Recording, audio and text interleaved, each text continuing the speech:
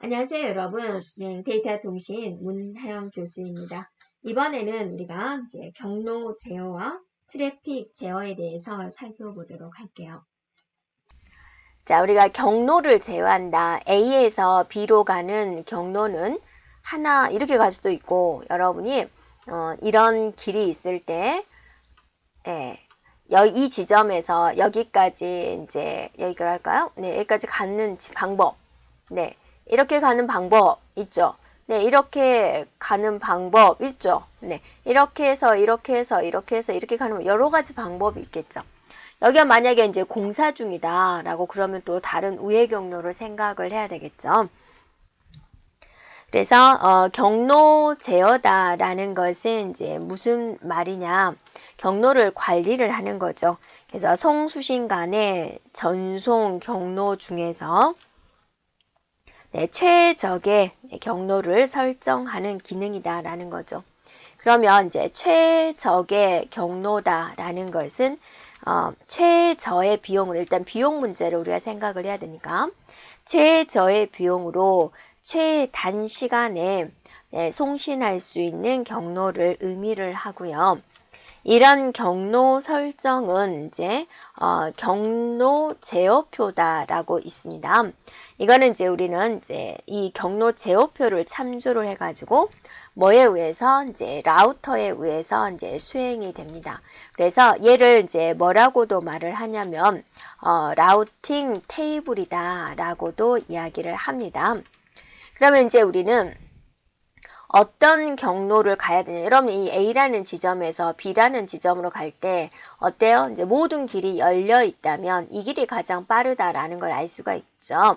그래서 이걸 결정할 때 이런 비용, 시간, 또 거리 그런 것들을 모두 생각을 하겠죠. 그래서 경로를 여러분이 결정을 할 때 경로를 설정을 할 때 어떤 것들을 감안을 해야 되냐라는 거죠. 네.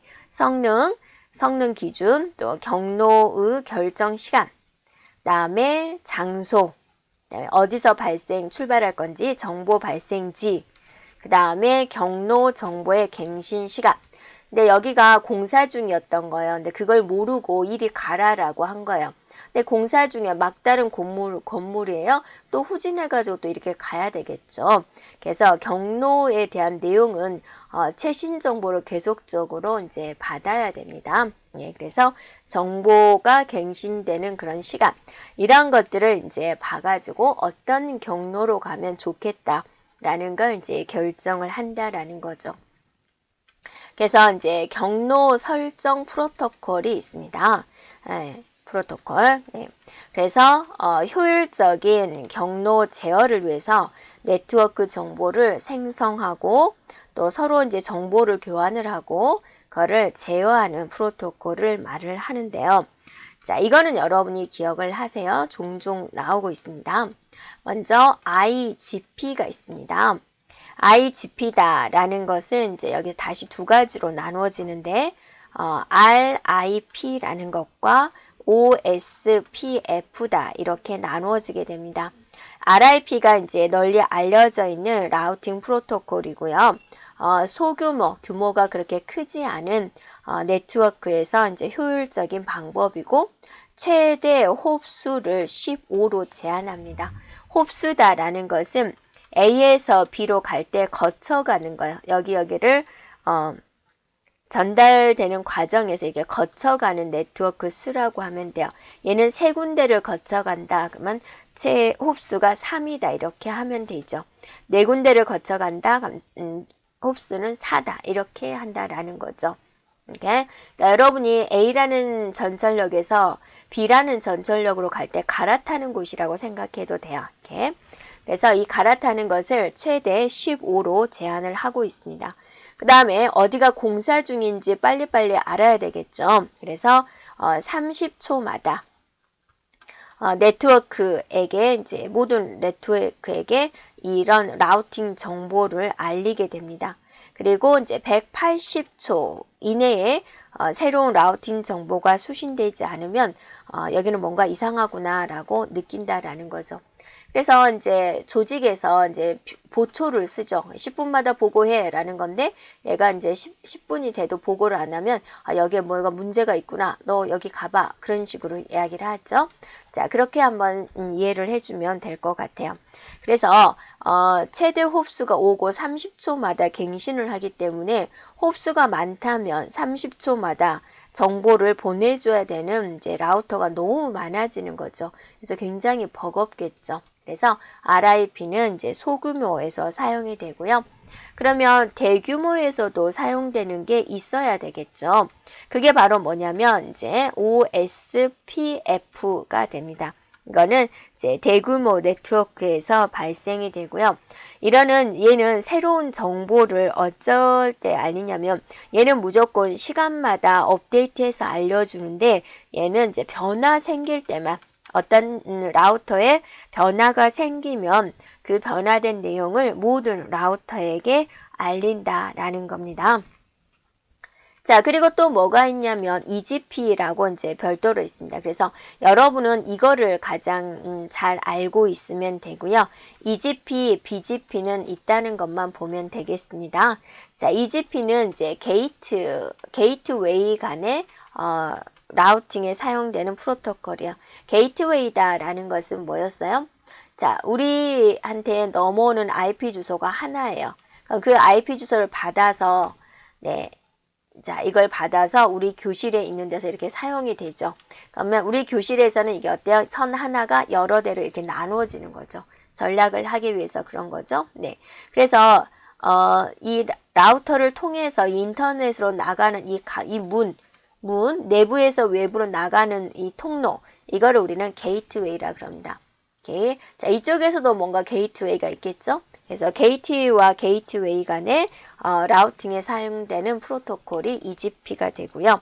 BGP가 있는데 이제 EGP를 사용하다 보니까 뭔가 좀 불편한 점이 있어요. 그래서 EGP에 대한 단점을 보완하기 위해서 만들어졌고요.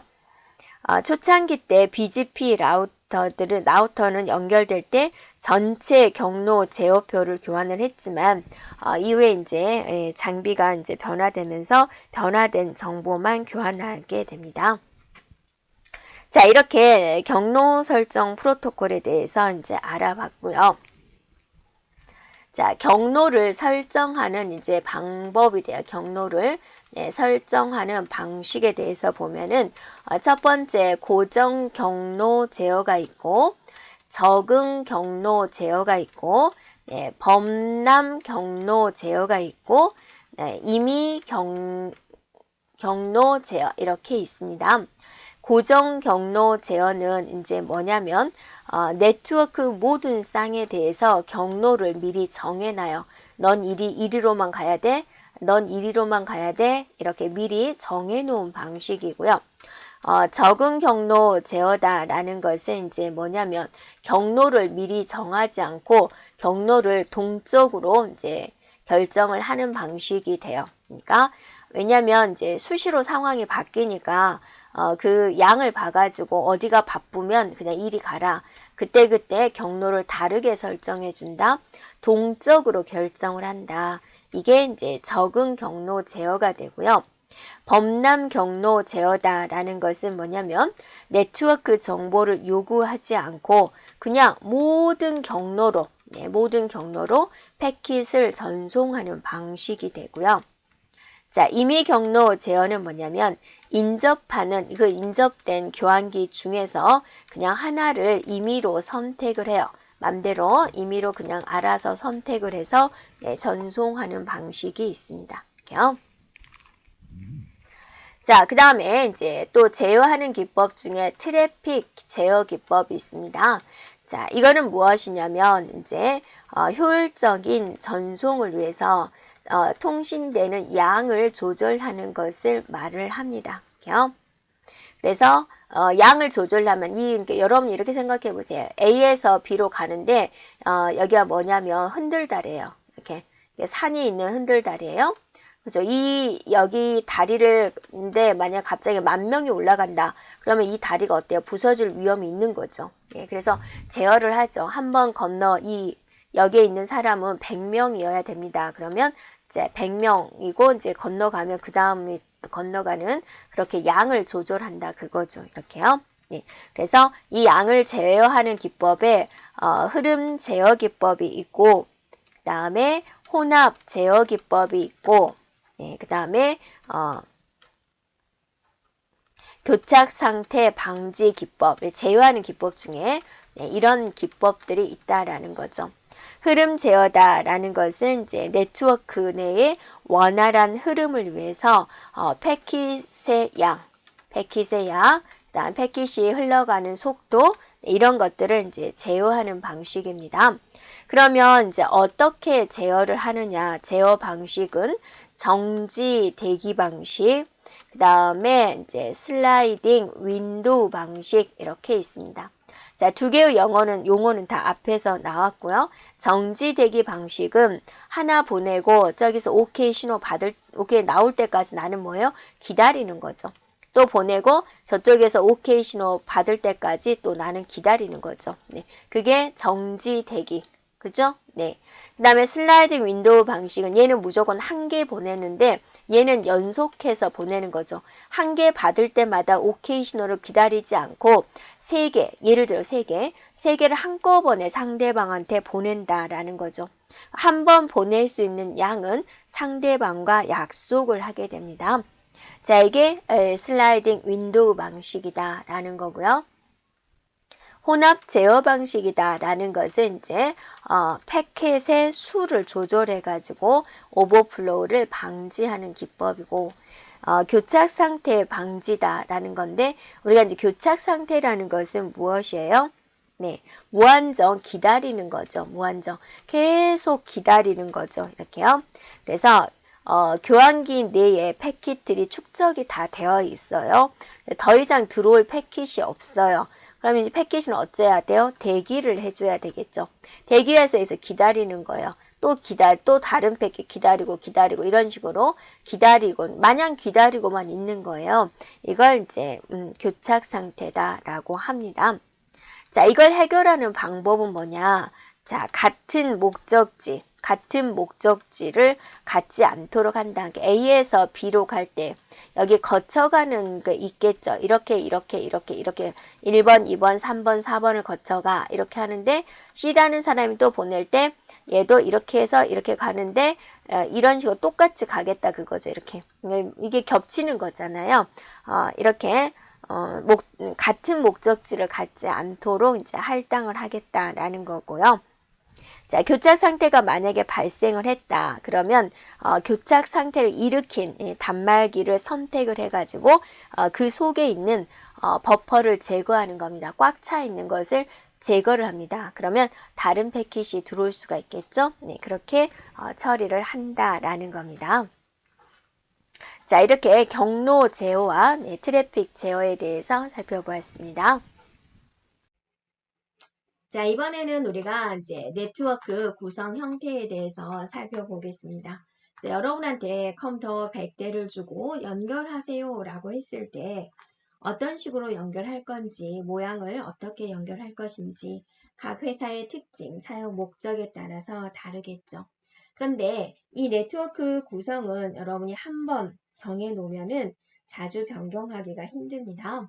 그래서 뭐냐면 회선의 길이도 달라질 것이고 회선의 개수도 달라질 거고 하기 때문에 그래서 처음 도입을 할 때 비용적인 면, 또 효율적인 면, 유지 보수에 대한 면 이런 것들을 고려해서 신중하게 결정을 해야 됩니다.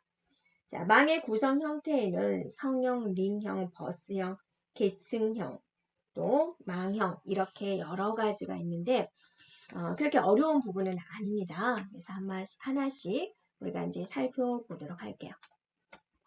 자, 처음에는 성형이다 라고 있어요. 성형이다. 즉, 얘는 이제 영어로 스타형이다. 또 중앙 집중형이다 라고 이야기를 해요. 이렇게요. 그래서 얘는 중앙에 가장 좋은 컴퓨터를 놔둡니다. 그래서 여기에 이제 이렇게 컴퓨터들이 연결되어서 쓰는 거예요. A, B, C, D 이런 식으로. 그래서 A에서 C한테 뭔가 보내고자 했다. 통신을 해야 되겠다. 그럼 여기는 선이 없잖아요. 그래서 이렇게 거쳐서 가게 된다라는 겁니다. 이런 식으로. 그래서 은행 온라인망, 전화 교환망 이런 것들이 이제 여기에 속합니다. 중앙에 직접 연결되는 방식이다라는 거고요. 그럼 이 중앙에 있는 컴퓨터와 A는 이렇게 포인트 포인트로 연결되어 있죠. 그럼 얘는 가장 중요한 게 누구예요? 모든 것은 다 중앙에 있는 컴퓨터로 통하죠. 그래서 중앙에 있는 컴퓨터, 즉 중앙에 이제 이걸 동그라미를 노드라고 합니다. 중앙에 있는 노드가 고장이 나면은 어느 누구도 통신을 할 수가 없어요. 전체가 이제 정지가 돼버린다라는 겁니다. 그래서 어쩔 때 정지가 되냐 이 부분을 여러분이 기억해 주면 돼요. 모든 것은 다 중앙에 있는 컴퓨터를 통하기 때문에 얘가 고장나면 어때요? 끝나죠. 자, 그 다음에 노드는 얼마든지 추가가 가능하죠. 여기다가 추가할 수가 있고 고장이 발견이 됐다. 어느 노선에서 고장이 발견됐는지 쉽게 찾을 수 있습니다. 자, 두 번째는 어떤 게 있느냐? 계층형이다 있습니다. 계층형이다. 트리 형태입니다. 트리.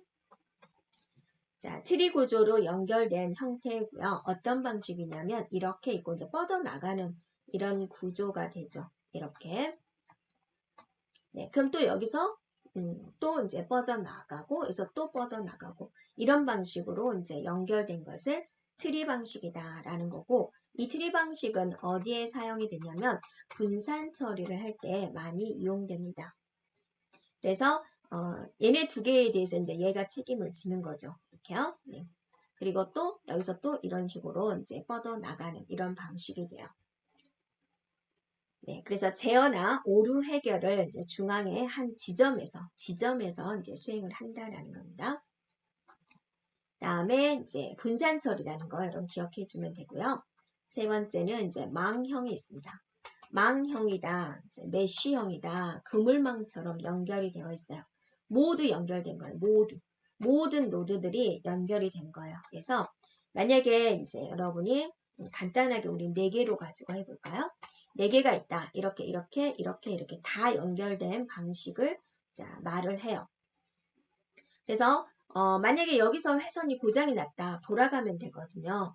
그래서 공유하기가 쉽다라는 거죠. 그래서 한 대의 노드가 여러 대의 노드와 데이터를 주고받을 때도 편리하죠. 모든 회선이 연결되어 있으니까. 근데 단점이 하나 있어요. 단점. 그건 뭘까요? 일단은 복잡해요. 복잡. 그 다음에 비용, 회선에 대한 비용을 생각해 줘야 되죠. 비용이 많이 든다라는 겁니다. 그리고 사용할 수 있는 회선의 길이가 가장 길다라는 거죠. 다른 것은 뭐 100m만 있으면 되는데 얘는 1km의 뭐 선이 필요하다. 제가 너무 과장을 했군요. 이런 식으로 하여튼 기존의 얘네들은 몇 개만 있으면 되는데 얘는 모든 노드를 다 연결해야 되니까 사용해야 될 회선의 총 길이, 회선의 총 길이가 길다라는 단점이 있습니다. 장점이다라고 한다면 신뢰성이 높다라는 거예요. 신뢰성이 높다라는 것은 이제 오류가 안 나야 되죠. 성형 같은 경우는 여기 중앙에 있는 컴퓨터가 고장났으니까 자 지금부터 4시간 동안은 네트워크가 안 되겠습니다. 고장났습니다. 그렇게 되면 이제 사용자 입장에서는 굉장히 불편하죠. 근데 망형 같은 경우는 여기서 고장나면 또 다른 경로로 돌아가면 되니까 일단은 고장이 안 나니까 사용자 입장에서는 이거는 좀 신뢰성이 높군이라고 이제 판단을 하는 거죠. 그래서 이거 같은 경우는 많은 양의 통신이 이루어지는 경우에 필요한 방식이 되겠습니다. 그러면 이제 회선을 몇 개 필요할까? 여러분한테 10m짜리 회선 몇 개 줄까? 라고 했을 때 회선 몇 개 주세요? 라는 대답이 나와줘야 되죠. 그래서 공식으로 바로 외워도 상관이 없겠지만 한번 볼까요? 자, 번호 한번 붙여볼게요. A, B, C, D에서 총 노드가 4개란 말이에요. A에서 하나, 둘, 3개 회선이 필요하죠. B도 3개, D도 3개, C도 3개가 필요하죠. 그래서 각각 노드에서는 3개씩이 필요하다. 이렇게요. 노드가 4개군요. 다시요. 자, 4개의 노드가 있는데 각각 3개씩이 필요하다. 4개의 노드. 네. 그래서 12개 주시면 돼요. 라고 이제 말을 하겠죠. 그러면 노드가 10개가 있으면 회선이 몇 개 필요한가요? 그럼 우리가 찾아내야 되겠죠. 노드를 우리가 n으로 보겠습니다. n. 여기서 보면은 12개까지는 필요 없겠군요. 왜냐면 A에서 하나, 둘, 셋이잖아요. B도 하나, 둘, 셋이지만 여기는 이미 연결을 했었잖아요. 그러니까 이거를 절반 쪼개가지고 6개 주세요 라고 하면 되겠죠. 하나, 둘, 셋, 넷, 다섯, 여섯 이렇게요. 그럼 이걸 공식으로 만들어 보자. 노드의 개수를 n이라고 했을 때 3은 n-1이 되는 거죠. 그거를 절반 쪼갠다. 중복이 일어났으니까. 그래서 망형에서 필요한 회선의 개수를 구하는 공식 2분의 n-1이다 라는 거고, 하나의 노드다. A라는 노드에서는 회선이 몇 개 필요해요? n-1개가 필요하다. 나를 제외한 다른 노드들과 연결을 해야 되기 때문에 그런 거죠. 그래서 20개의 노드가 있다. 망형이다. 그러면 총 회선이 몇 개 필요하나요? 2분의 20 곱하기 20 마이너스 1 해가지고 네, 몇 개 필요한가요? 190개인가요? 네. 네, 됐죠. 그 다음에 노드다. 하나의 노드에서는 몇 개 필요하나요? 20 빼기 1, 19개 필요합니다. 자, 이렇게 네, 답을 말할 수가 있겠죠. 되었나요?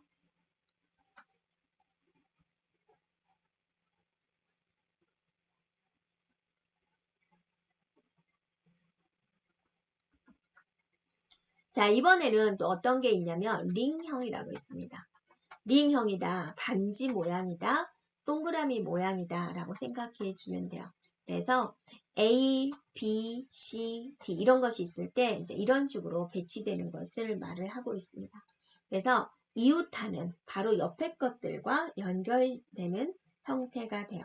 근데 이제 이거 같은 경우는 하나의 노드를 추가하기가 이제 힘든 부분이 됩니다. 데이터는 이렇게 한쪽 방향으로 갈 수도 있고요. 또 반대 방향으로 갈 수 있는 양방향이 있습니다. 근데 이제 일반적으로 말할 때는 우리가 단방향을 설명을 하고 양방향은 이제 언급을 하죠. 양방향 상태입니다. 라는 거고 얘는 내가 만약에 A에서 C한테 뭔가 주고 싶다. 그러면 A에서 B를 거쳐서 C한테 가요. 데이터 전송하고 다시 돌아와 줘야지 되는 거. 이게 이제 완성입니다. 그래서 하나의 노드라도 한 군데의 노드라도 고장 났을 때, 한 군데의 회선이라도 고장 났을 때 전체 네트워크는 이루어질 수가 없다. 마비가 일어난다. 이렇게 말을 합니다. 그리고 링형의 특징은 이웃하는 노드끼리 연결한 거다. 하나의 노드라도 회선이라도 고장이 나면 전체 네트워크는 마비된다.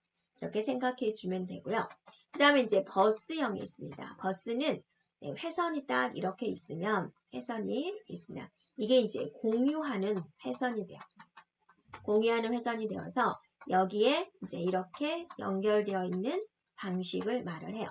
그래서 A, B, C, D가 있었을 때 내가 B한테 전송할 게 있어요. 그러면 내려와서 회선을 거쳐서 여기에 이제 가서 전송을 하는 그런 방식이 됩니다. 그래서 하나의 통신 회선에 각 노드가 분기해서 접속한 형태이고 이것의 이제 대표적인 게 뒤쪽에 나오겠지만 이더넷이다 라고 있습니다. 그러면 얘는 이거를 이제 중앙회선이다 라고 하는데 어쩔 때 네트워크가 마비돼요? 회선에 문제가 있었을 때 회선이 고장나면 어느 누구도 통신을 할 수가 없겠죠. 하지만 단말장치가 고장났다. C가 고장났다. 상관없죠. C가 고장나더라도 A에서 B로 전송하는 데는 문제가 없죠. 그래서 단말장치가 고장나더라도 전체 통신망에는 영향을 주지 않는다. 그래서 신뢰성이 높다. 이렇게 이야기를 하고 중앙회선에 장애가 발생이 되면 전체 네트워크가 마비된다. 자, 이렇게 볼 수가 있습니다.